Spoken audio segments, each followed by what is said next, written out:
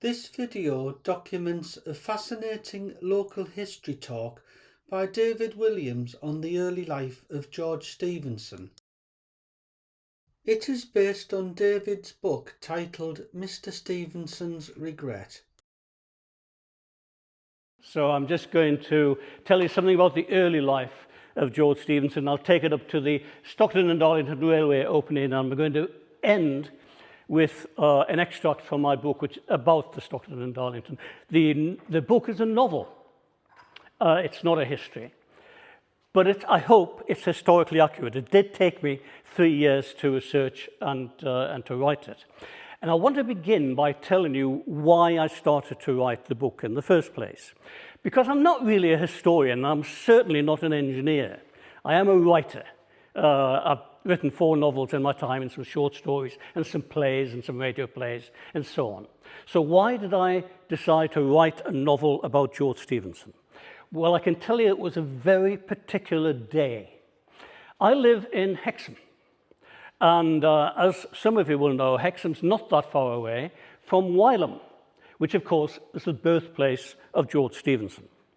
And I decided on this particular day, it was an April Saturday, I remember it well, that I was going to visit for the first time the Stephenson birthplace.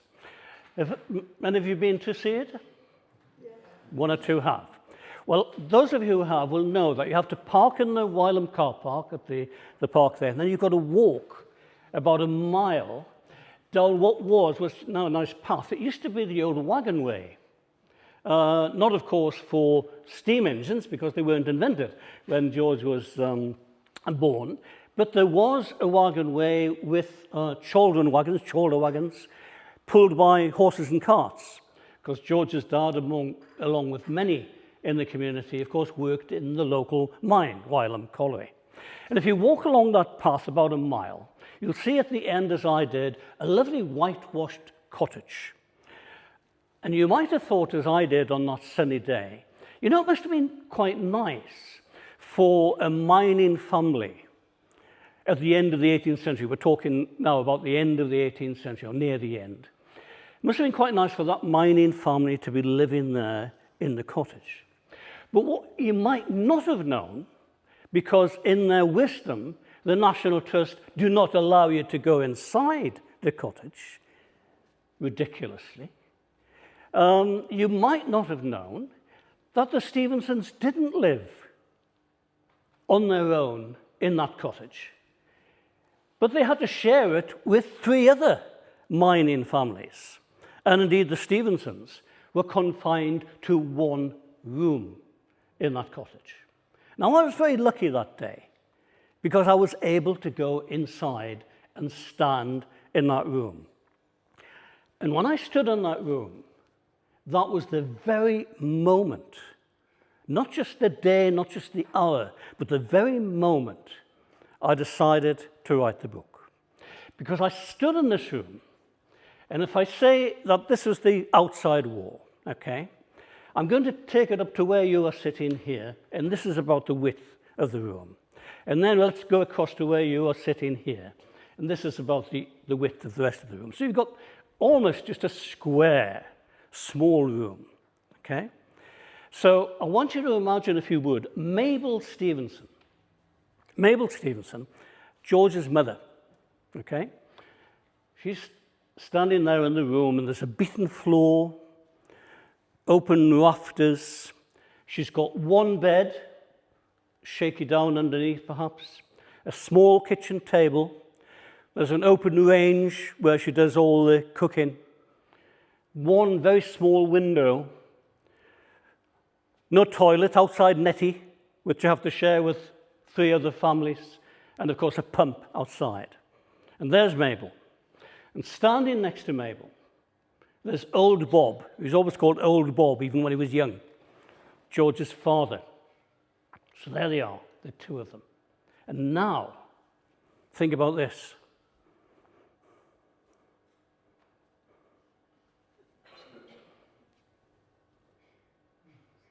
You know what that represents, don't you? 6 children, born at various times in that room of that cottage. And you know, every one of them, we should give great credit to Mabel here, because every one of those children grew up to adulthood and thrived. And that in itself was remarkable at the end of the 18th century. George was born around the 1780s. Every one of them survived. Not one of them went to school. You had to pay for it in those days. Every one of them went to work by the time they were about 8 or 9. George himself, who was in fact the only one who ever learned to read and write, and he didn't do that until he was about 18. And he paid a friend of his called Robin Cowans 4p a week out of his wages to teach him how to read and write. And I can tell you, he never did that very effectively, having seen many of his handwritten letters and documents during my research. I can tell you that his handwriting is even worse than mine, as somebody at the back has had cause to find out today that my handwriting is dreadful. But George was the only one. They all worked really from when they were children. So can you understand now why I had to write about this man and this family? Because there, in that cottage, in that room, surrounded by those people, George going to work at the age of 8, first of all pushing the cows off the wagonway I was telling you about, to clear the way for the wagons, and then later on bank at the colliery, sifting stones from coal. Can you imagine what terrible work that is? That man grew up in that cottage, in that room, and became the man who quite literally changed the world. Because he, not alone of course, and we may talk about that a little, but he it was who brought the steam locomotive to the world. That was the important thing. And the world has never been the same since. And that was why I decided to go away and spend 3 years researching and writing about the life of George and Robert Stephenson. And this novel, Mr. Stephenson's Regret, which is about the whole thing and about the relationship between George and Robert, which is fascinating, and about the women in their lives. That's what it's all about. So let me tell you about George. George was a man who didn't suffer fools gladly. He was somebody who you might not necessarily like at first sight, because he was very sure of himself. But he had reason to be, because despite a lack of education, he had a brilliant practical intelligence, and he was always working on something or other. He would be making clocks. He even made clothes and boots for his own family and his neighbors, and that came in useful later, as I'll explain. And he always, in a way, wanted to be best, but in the best possible way. He wanted to do it not like Donald Trump, by bragging about it all the time, but by actually doing something. And there were some extraordinary things he did even as a teenager. He was a relatively biggish lad, a bit like me, you know. But there was this guy called Ned Nelson, the bully of the village, 1.5 foot taller than George, 1.5 head taller than George. And George decided he was going to best him. And he challenged him to a fight in Dolly's Field. And he beat him. And the reason he beat him is he spent a month beforehand studying the science of boxing. He said brain meets brawn every time. He got him down. And the other typical thing of George is that he had an eye for the ladies. And when he decided he wanted to court somebody, he got his eye on the farmer's wife. Now, the thing about the farmers in that community, we're talking about the Napoleonic Wars. And the farmers were doing pretty well, okay? A lot better than the miners, let me tell you that. So when George gets his eye on Betty Hindmarsh of the Black Callerton Farm in Ponteland, which is still there. In fact, I used to work with somebody who lived in Black Callerton Farm, excuse me. Betty responded to his courtship, and the two of them were going to get married. But what do you think happened when George knocks on Farmer Hindmarsh's door and asked for Betty's hand in marriage. What do you think Farmer Hindmarsh had to say?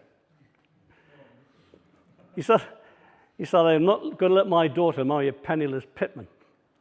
And he sent him off on his ear. Betty was devastated. She said, I will never marry anyone else. Now hold that thought. Hold that thought. George, however, typical of him, did turn his eye to somebody else. He moved a little to Red House Farm at that time. He got a new job at a colliery near Red House Farm, near Newcastle. And the farmhouse where he was living, where he was boarded, had two servant girls, two sisters. One was called Anne, one was called Fanny. George paid court to the younger of the two, Anne, but she went up and married the farmer instead. So she knew what she was doing. She married Farmer Byrne. So George turned his attention to Fanny, the older one, older than George indeed, 9 years older than George. And a surprise to many, because Fanny was, she didn't have much about her, to be honest, in terms of character, let's be honest. And she was always quite ill, always falling ill. But nevertheless, they got together. And when I did my research, I was able to go and see the register at Newburn Church. It's now at Northumberland Records Office. You see the register, and George, who'd only just learned to read and write, his signature is there, and it's smudged and scrawled. And on the right-hand side of the page, there's the X for Fanny, because she, like so many of her class, couldn't read or write. So that was her signature. But they got married at Newburn Church. And not long after that, they moved again. And Robert was born. 1803, Robert was born. Now, Robert, of course, is very, very important in the story. When the company was created, the name above the door was not George Stephenson and Company, but Robert Stephenson and Company in 4th Street in Newcastle. That's later on in the story. And in fact, it is Robert, not George, who is buried in Westminster Abbey. Ironically, alongside Thomas Telford, who was one of their great critics during their lifetime. George was buried in where he finally lived in Chesterfield. So Robert was born, and they moved at that point to a cottage in Westmoor, which is near Killingworth, and lived in that cottage for years and years, extending it over the years. And that cottage is still there. That cottage is still there. You can go and see it. Can you go inside? No, you cannot. I couldn't go inside either when I was researching. It was at one point, because there was a local school at the back of it where there used to be the colliery. The local caretaker used to live in the cottage, so at least it was put to good use. I'll come back to that cottage because it's important. So there they were in Westmoor. But George is no great shakes in terms of his employment, because he wasn't qualified as an engineer, even though he was well known, and people like Richard Trevithick from Cornwall actually came to see him when he was in North East. Richard Trevithick, by the way, I won't digress by going down that route much, but Richard Trevithick has great claims to having been the first steam locomotive down in Cornwall before he abandoned it. And there were one or two others. George did not, I'll keep reiterating this, George did not invent the steam locomotive, but he did perfect it. He made it a practical proposition. So all these people were talking to George, and yet he was a lowly brakesman. A brakesman was a guy who made sure that the lifts, I suppose you would call them, though they were manually driven, of course, at the time, they carried men and coals up and down the shaft. And George's job was to make sure that was done safely. That was basically what he did. So they lived there in this cottage. And Robert was about 3 when a few things started to happen. And the first thing that happened was that poor Fanny, who I told you had been ill, she actually became pregnant again and had a terrible labour. Not many people know that George had not one child, but two. A little girl who only lived a few hours, and I think possibly a day, not long enough to be named before the baby died. And that set off a chain of events, and Fanny's health, which only a few weeks later ended in Fanny's own death by what we would call these days pulmonary tuberculosis, what they used to call consumption, which, as you know, of course, was a great disease of the poor in those days. And if you go to Long Benton Church, where mother and daughter are buried, you can search among the gravestones as I did, but you will not find the graves of Fanny and the unnamed daughter, because, of course, being poor at those times, they were unable to pay for a headstone. So their graves are lost. Many years later, when Robert became a successful engineer, he paid for a stained glass window for the church by the graveyard, Long Benton Church, and it's still there, the stained glass window, in memory of his mother. So George is now having to be on his own with a 3-year-old boy. But worse is to happen. I told you, didn't I, that George didn't suffer fools gladly. Well, that especially included his bosses. And he was always falling out with his superiors over one thing or another. And on this particular occasion, he just went a bit too far and lost his job. So what is he to do? He's a single parent. He's got this 3-year-old child. He's got no job. Through his contacts, he found that there was a job coming up, which sounded ideal for him. It was to run a steam mill, which had been built by James Watt himself, the great steam pioneer. George was perfect for the role. There was only one drawback. It was in Montrose in Scotland.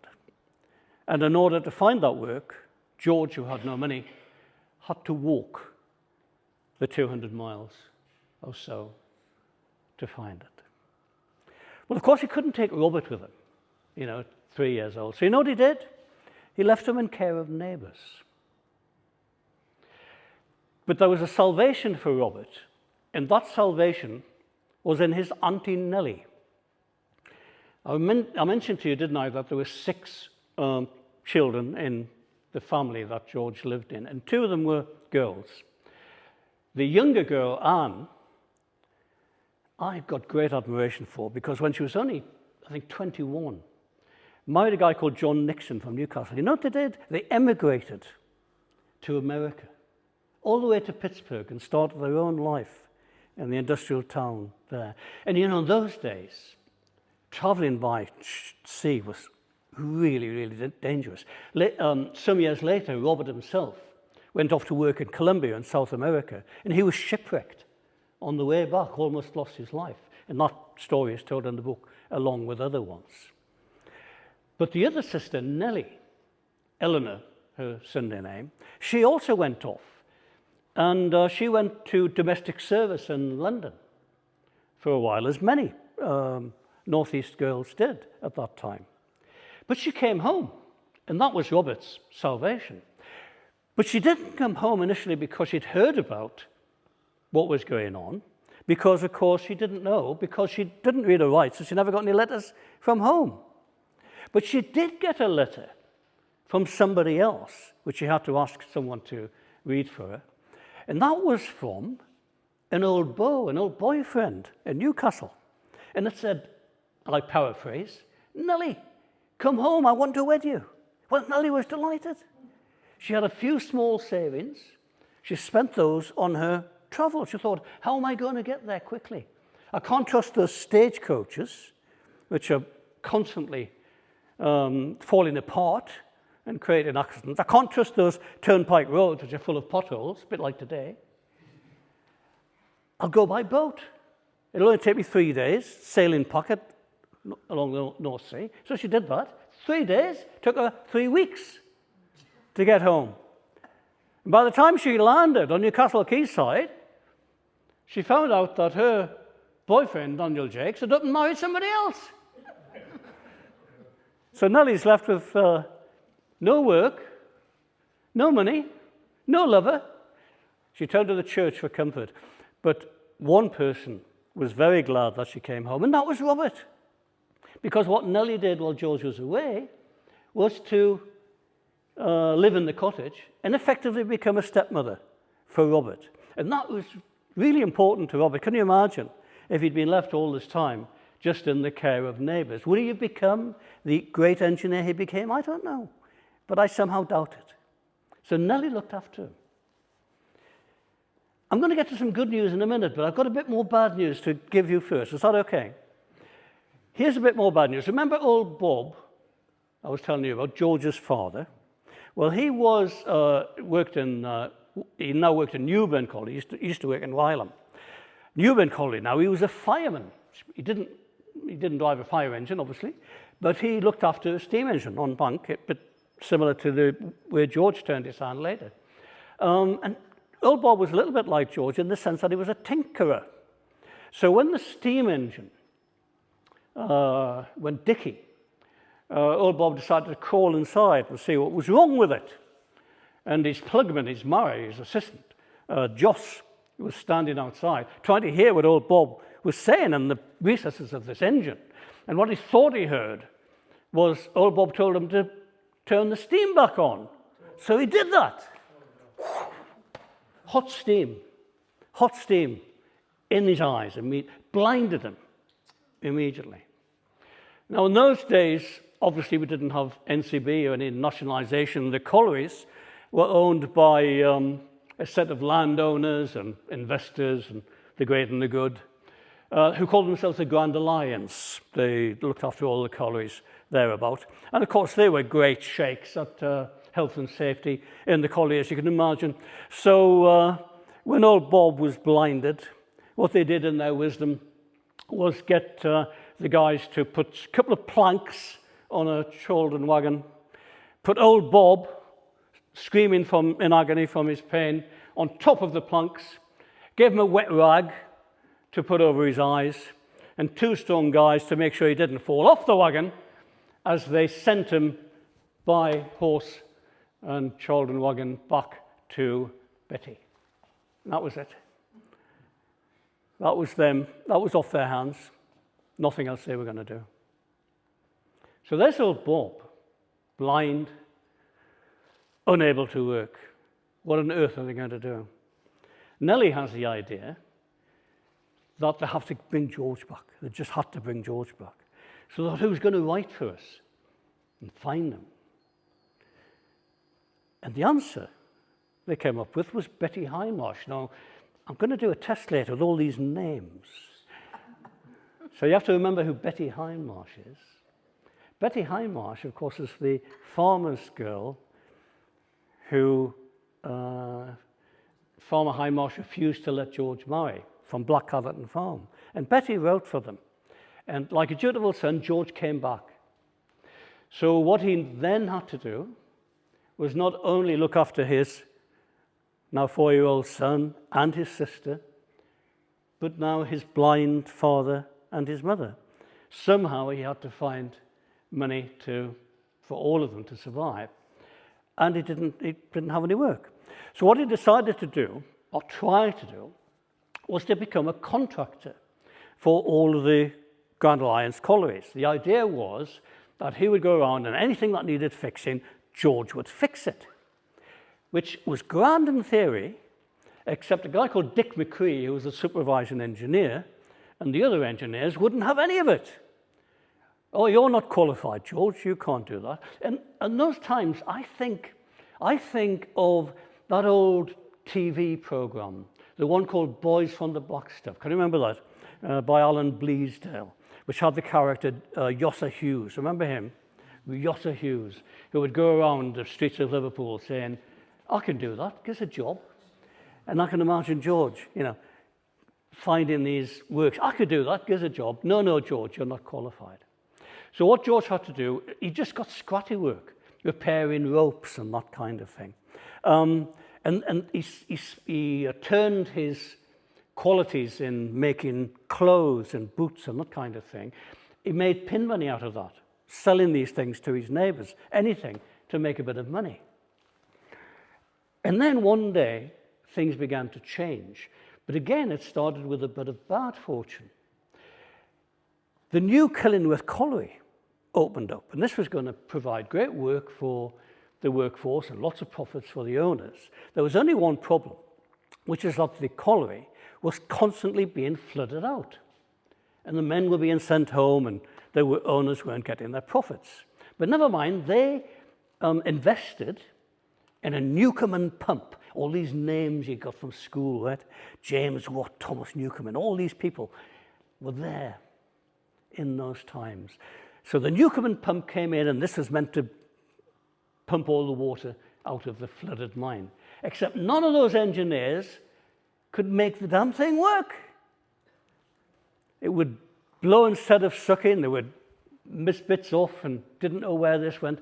And every so often, George would come and say, I could do that. And they wouldn't have it.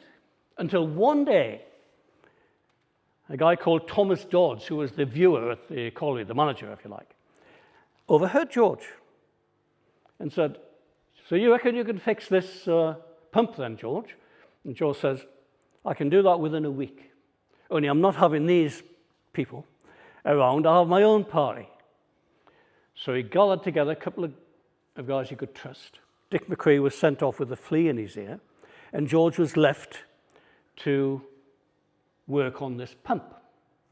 Within 3 days, he called everybody around, including Mr. Dodds, for a demonstration of the pump to work.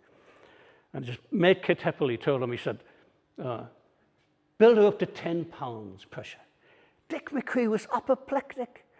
He said, Smeaton, who constructed the Newcomen pump, said it must never go beyond 5. You'll blow us all up.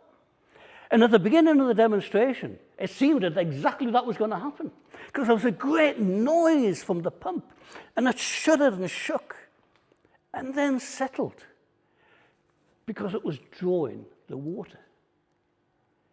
It was working the way it was meant to work, and George had had that up and running 3 days. And Thomas Dodds before that had said that if George managed to do this, he'd make him a man for life. And at the end of the demonstration, he came up to George and said, George, I've got 10 pounds for you from the owners. George was delighted. 10 pounds, he says. That'll pay off all my debts. But Mr. Dodds says, I've got more.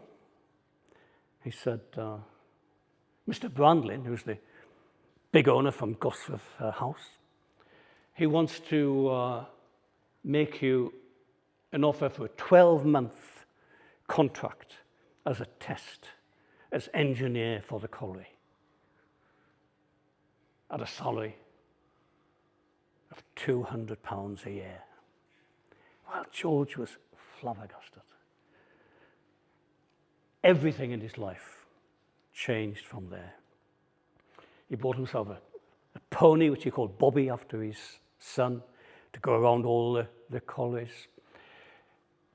Bobby, who at that time was only going to a local husband and wife team who taught him how to read and write, along with a lot of local boys at the cost of 4p a week, was now sent to proper school. The RGS, the Royal Grammar School, was recommended to George, but he actually sent him to a place called Dr. Bruce's Academy in Percy Street for liberally minded gentlemen, and they taught him the theoretical basis of engineering and sciences, which was so important when he came to work with George, because George had all the practical intelligence without the theoretical foundation, and Robert had the theoretical foundation as well. And even then, even now as a young boy, he would work on projects with George. And one of them was very interesting because he was always extending the cottage, and he made a big extension after he got this work. And one of the things that they did together was to construct a vertical sundial, which they put above the lintel of the front door. And the reason I'm telling you that is not only because they renamed the cottage Dial Cottage in honor of this thing that they'd made. The reason I'm telling you that is that you can get in your cars tomorrow. It can drive across to Westmore and you can see that sundial still in place above the cottage, above Dial Cottage. So Robert went off to school, and George, meanwhile, was beginning his engineering projects and also making a big success of his 12-month contract, because within that 12 months, he became supervising engineer for all the collieries at £300 a year. So he was a relatively wealthy man. And that becomes important in his private life. But before I get on to that, there's so much to tell you. Come on, not stay 4 hours. I won't. I promise you I won't. I'll say my welcome. But before that, here's a thing that happened. We haven't even got onto the steam engines yet, by the way. That's not the story. But here's the thing that happened. What was the great danger in coal mines in those days? Fire dump, or methane as they call it in the modern day. Fire dump, used to call it. And I'll give you one example of its lethal nature. An example not that far from here. In one day, in one explosion at Felling Colliery, 92 men, women, and children lost their lives that one day. That was the kind of thing that happened with fire dump. And I say women and children because this was, of course, long before the 1842 Mines Act and the other various Mines Act that stopped the practice of women and children working in the mine, often to the detriment, by the way, of the working class, but that's another story. So George was determined to do something about this problem of fire dump. And he started working in his cottage in his spare time on the miner's safety lamp. And he did it in that very George kind of suck it and see practical way. And he would just test things to see what had happened. And there's a story of one occasion where he had a prototype of the lamp, and he got a big pig's bladder of fire dump, of methane gas that he collected from a blower down at the local colliery. And he brought it back, stitched it up like a football, the old footballs, you know, put it under his arm, and lit his prototype lamp and released the gas to the lamp. Boom! Great crack in the ceiling. Luckily, no accident to the people involved, although Nellie was running around like a blue-ass fly, as they call it in the region. So that didn't work. But by his third prototype, he was ready to demonstrate. And he demonstrated this lamp at the old assembly rooms, just as opposite where the Lytton Field is now. In fact, where the Lytton Field used to be, the old assembly rooms, to an assembly of the great and good. And it worked fantastically well. And the Geordie lamp, as it was then called, and some people have said that that's where Geordie comes from the use of the Geordie lamp, went into production. Now, some of you are starting to think, hang on a minute. Hang on a cotton-picking minute, because I went to school and I was taught that Sir Humphrey Davy invented the miner's safety lamp. Well, I'm here to correct you on that. I'm here to tell you that George's lamp was in production long before Sir Humphrey Davy's lamp saw the light of day.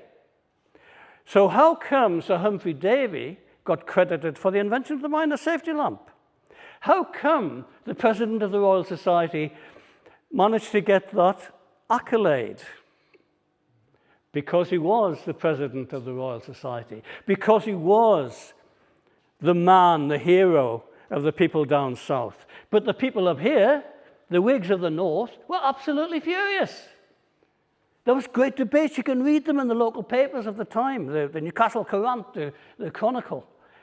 All these debates about who invented the mine, the safety lamp, but there was a committee down south who decided that it was Davy who invented the lamp, and he was given £1,000, £2,000 actually, for his invention, and George was given £100 for a good effort, like some kind of schoolboy with his artwork.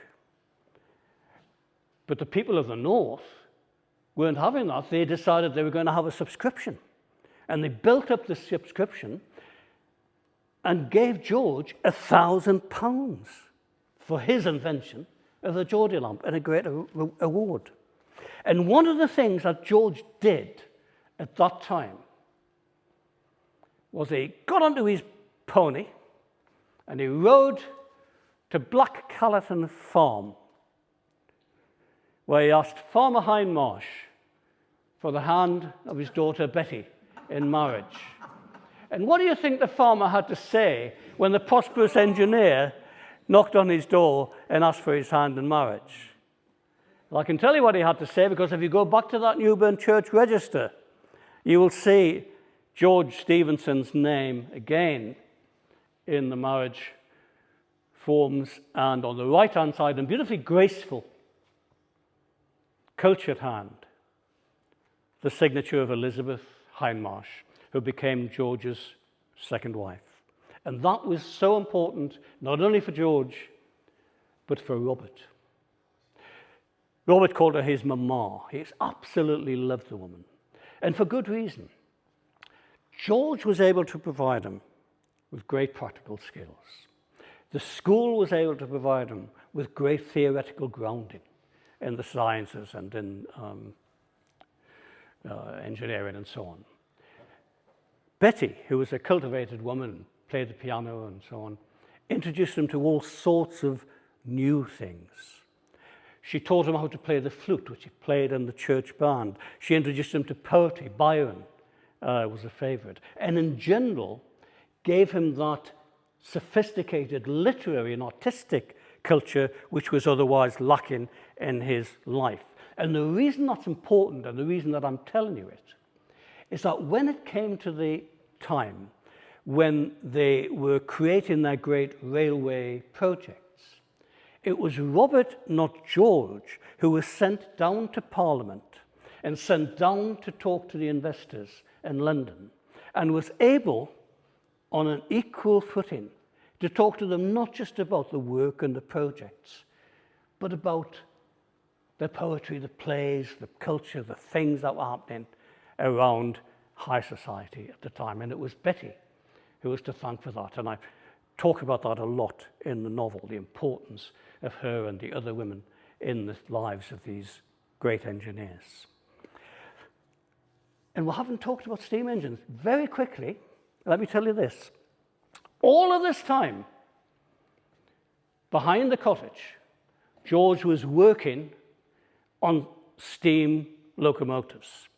He was inspired by local people, the Headleys, Timothy Hackworth, who later came to work for him and later became a rival, which is another part of the story we won't get a chance to talk to about today.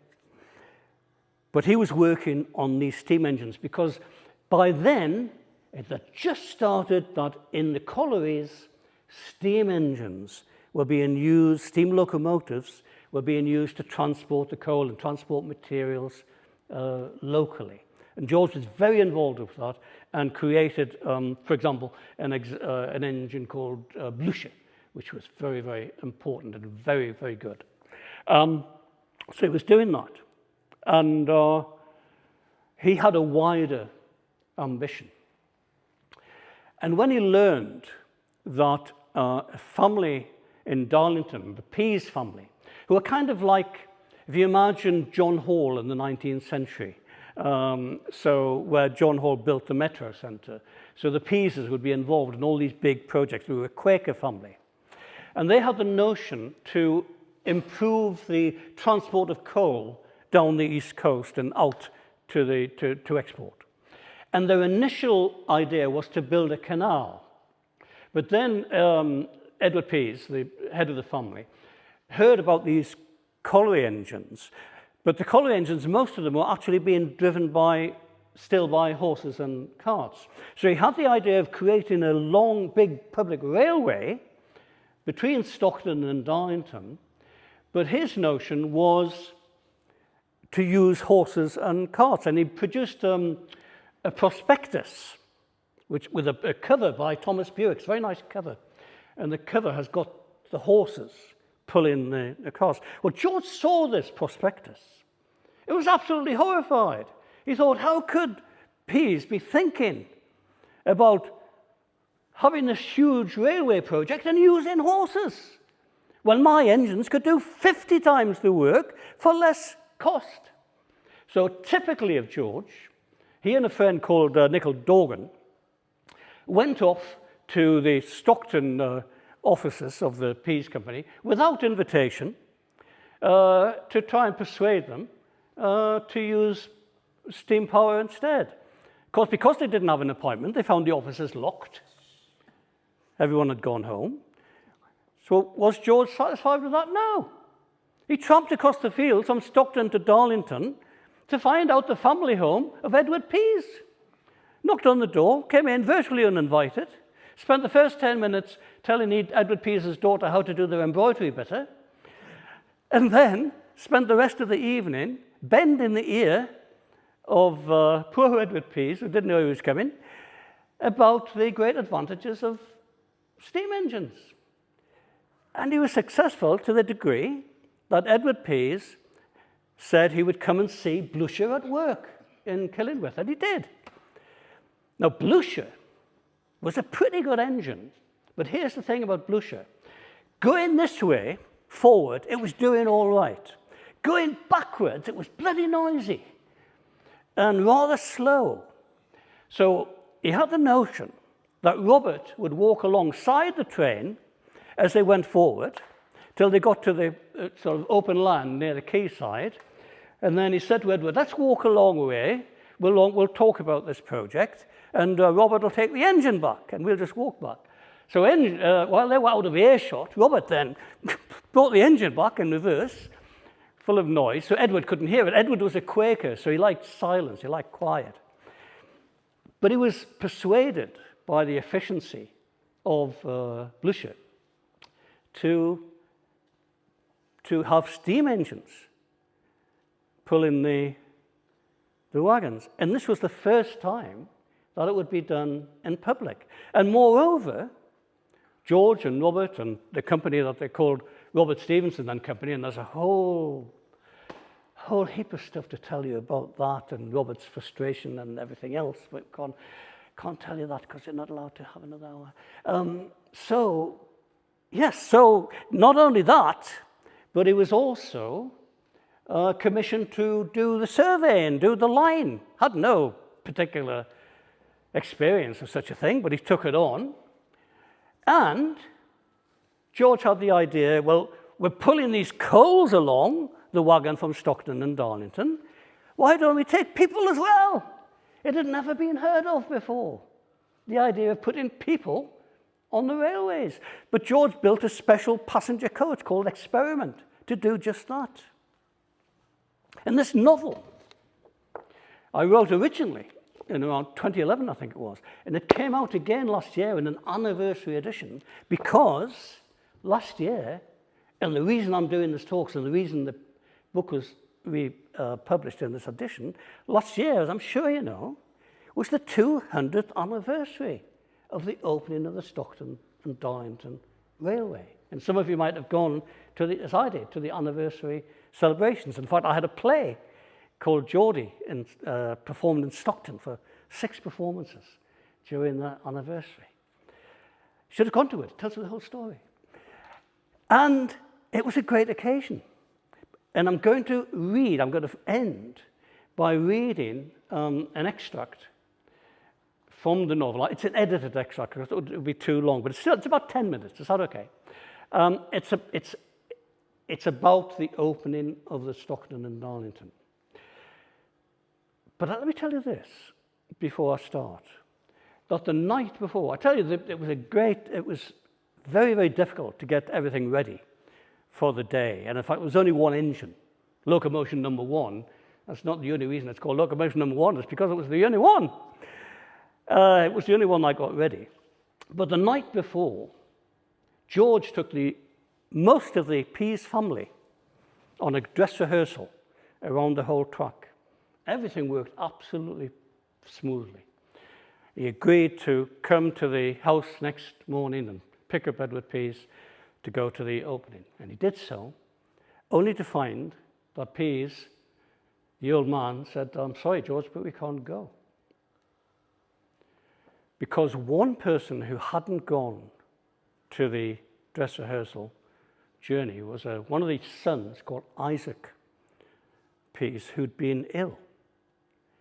He developed a fever through the night, which was so bad that by morning he was dead. So a lot of people don't know this, but the chief prospector of the Stockton and Darlington Railway was not there at the opening day because he was grieving for his dead son. But as you'll find out now, there were a lot of people there besides. So I'm going to end with this extract. So this is a novel, but everything you hear now actually happened. This is what happened on the opening day. The prospect of the world's first public railway had excited the imagination of thousands around the country. And long before the day dawned, many of them were already on the move, walking, riding, or being driven in carriages to claim their attendant place in history. Locomotion, waiting in the wings at Shildon, seemed suddenly too small to bear such magnitude of expectation. Not to mention the 300 passengers it was supposed to pull along the ribbon of rail to their eventual destination in Stockton. "How many?" asked Brother James, watching from the footplate as arriving notables pressed through the gathering at the start, brandishing their tickets like the rod of Moses in a bid to part the human sea and get on board. 300 tickets given out, said George. Looks like they've all turned up.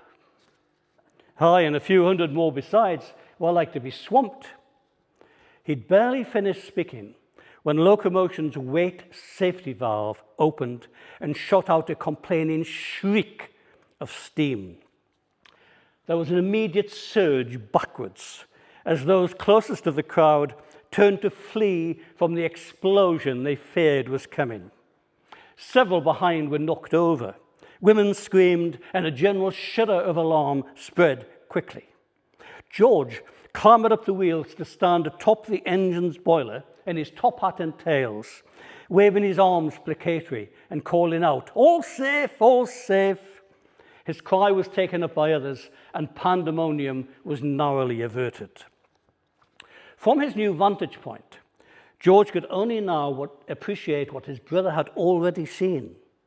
There must be 3,000 or more at this post alone. And most of them, once reassured they were not in danger, were pressing forward again.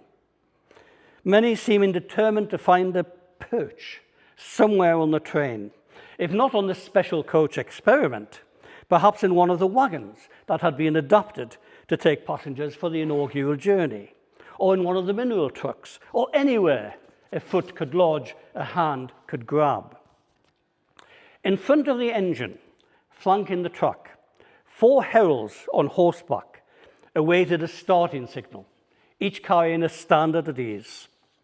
Beneath his feet, George could feel vibration. But he could not tell if it was communicated from the boiler or from his own body, fueled with anticipation and bursting to begin. He checked his pocket watch, 10 o'clock. He called down to his brother, "All ready? All ready." George slid down the curve of the boiler, sprang from the plate onto the trackside. "Raise your flags," he ordered the heralds. Their mounts' ears pricked as Locomotion let out steam, eliciting a delighted roar from the crowd, but no horse shied, and all trotted primly forward when George waved the riders on. He stepped back to take in the sight of his convoy on the move before he jumped up to join James at the controls. Behind him, 300 passengers joggled uncomfortably in their seats. Another 300 clung on to the precarious positions they had somehow secured. And the thousands left behind cheered to remind the future that they were there at the start of it all. And then, anticlimax. On the first bend, one of the wagons slipped off the track. James, alerted by yells and the clashing of metal on metal, threw his engine into reverse to stop. No brakes, causing carriages and trucks to bump clumsily into one another all along the line. George ran back to supervise, and with plenty of willing hands, soon got the errant wagon lifted back and into kilter with the others. A minute later, a second derailment involving the same wagon. Damn wheel shifted on its axle, declared George on inspection. What with the weight of these extra folk and all uneven? We'll have to shunt this wagon off.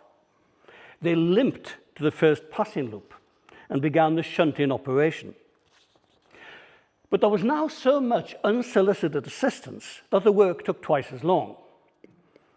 Worse, one eager helper stepped in front of the wagon as it rolled into the siding, thinking to bring it to a stop by pushing at it, only to be knocked over by its impetus, fortunately just clear enough of the track to save his foot being sliced off by a wheel. George rushed to where the man lay prostrate. "Are you hurt?" "Proud to be winged in the course of duty, sir." He might have been addressing his major in the midst of a battle. "Fie, don't tarry for me, keep on moving." A few minutes later, he was standing on the bankside, half grinning, half grimacing, waving a handkerchief with his one good arm as the journey resumed. They were almost an hour late getting into Darlington, where they dropped off 6 loads of coal for distribution to the poor, took on another coach full of worthies, and one containing the Yarm Town Band, who were to provide musical accompaniment on the ride into Stockton. Out of Darlington, the line ran close by the Turnpike Road.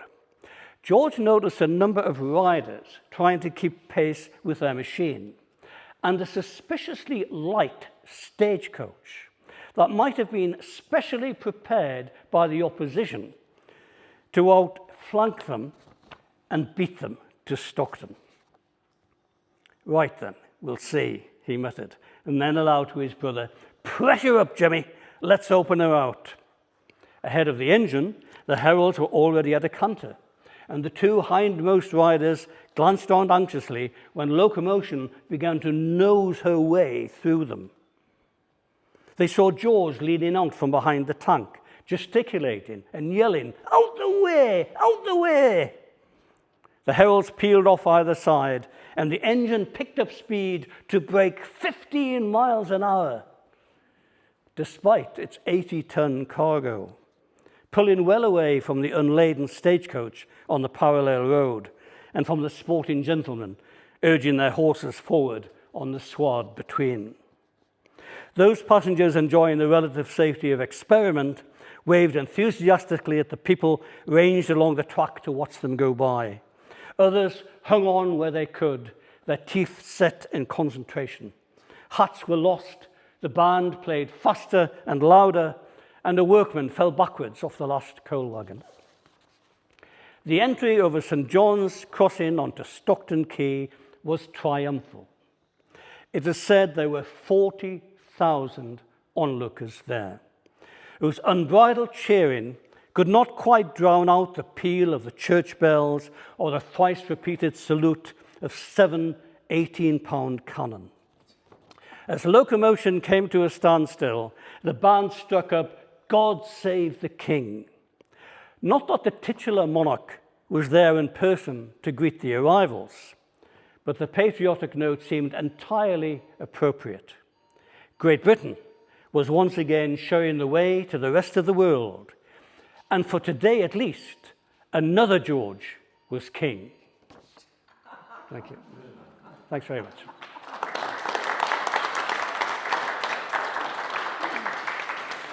And I'm sorry you didn't have time to hear the rest of the story, but it's in the book, available for only £10, card or cash at the end.